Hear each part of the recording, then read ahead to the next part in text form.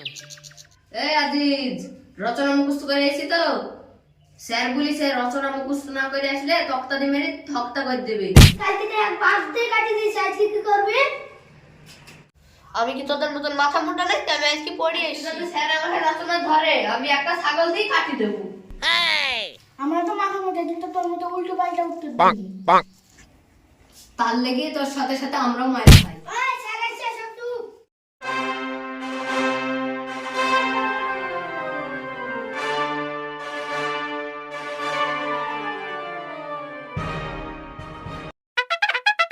কালকে যে রচনাগুলো দিয়েছিলাম সবাই মুখস্থ করেছিস তো?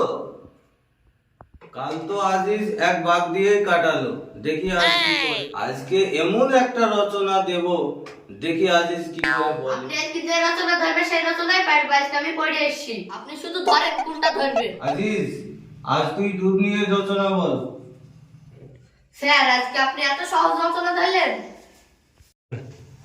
বেশি পাকামো করিসনি, যেটা বলতে বলেছি সেটা বল। ঠিক আছে বলছি। দুধ হচ্ছে একটা পুষ্টিকর খাদ্য। দুধ আমরা গরু, মোষ এবং ছাগল থেকেও পেয়ে থাকি। ছাগল হলো গৃহপালিত পশু। ছাগলের 4টি বড় বড় ঠ্যাং, 2টি বড় বড় কান, আর 10 টাকার রসগোল্লার মতন গোল্লা গোল্লা গোল্লা গোল্লা গোল্লা তো।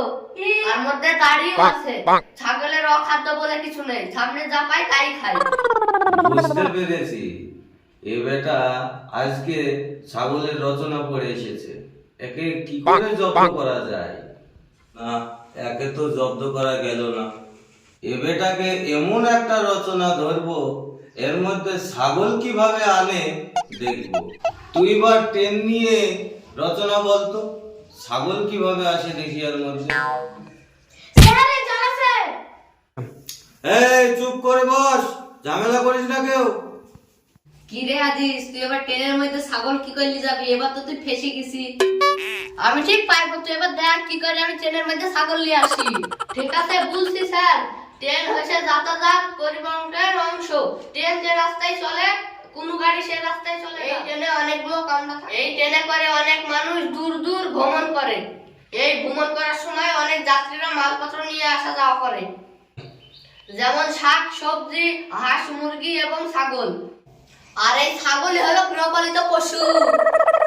ছাগলের 4টি লম্বা লম্বা ঠ্যাং, 2টি লম্বা লম্বা কান, আর 10 টাকার রসগোল্লার মতন গুলো গুলো গুলো গুলো চোখ। তার মধ্যে দাড়িও আছে। আর এই ছাগলের অখাদ্য বলে কিছু নাই, সামনে যা পায় তাই খায়। কেমন লাগলো স্যার আপনার এই ট্রেন নিয়ে রচনাটা? না, এ বেটাকে তো কোনো মতেই জব্দ করা যাচ্ছে না। যেটাই ধরছি সেটাতেই সামনে একটা রচনা ধরবো, দেখি কিভাবে ছাগল নিয়ে আসে ও। এবার তুই ফুটবল নিয়ে রচনা বলতো। স্যার এটা খুব সহজ। ফুটবল খেলা একটা আন্তর্জাতিক খেলা। 2 দলে 11টা করে 22টা প্লেয়ার থাকে। আর খেলা শেষ হয়ে গেলে এই মাঠে আমরা গরু, মোষ, ছাগল চড়াই। আর এই ছাগল হচ্ছে গৃহপালিত পশু। ছাগলের 4টি লম্বা লম্বা ঠ্যাং, 2টো লম্বা লম্বা কান, আর 10 টাকার রসগোল্লার মতন গোল্লা গোল্লা গোল্লা গোল্লা দাড়িও আছে। ছাগলের অখাদ্য বলে কিছু নেই, সামনে যা পায় তাই খায়। স্যার আপনার এই ফুটবলের রচনাটা। ওরে থাম থাম থাম, তোর এই রচনা শুনে আমি হাঁপিয়ে গেছি। থাকতে বললাম বুঝবো না স্যার। আজকের মতন তোদের ছুটি তাহলে। দেখলি তো আমি ফুটবলের মধ্যে ট্রেনের মধ্যে কি করে ছাগল ঢুকে দিলু। তুই পারবি ভাই, তুই পারবি। এই হয়েছে তো রচনাগুলো।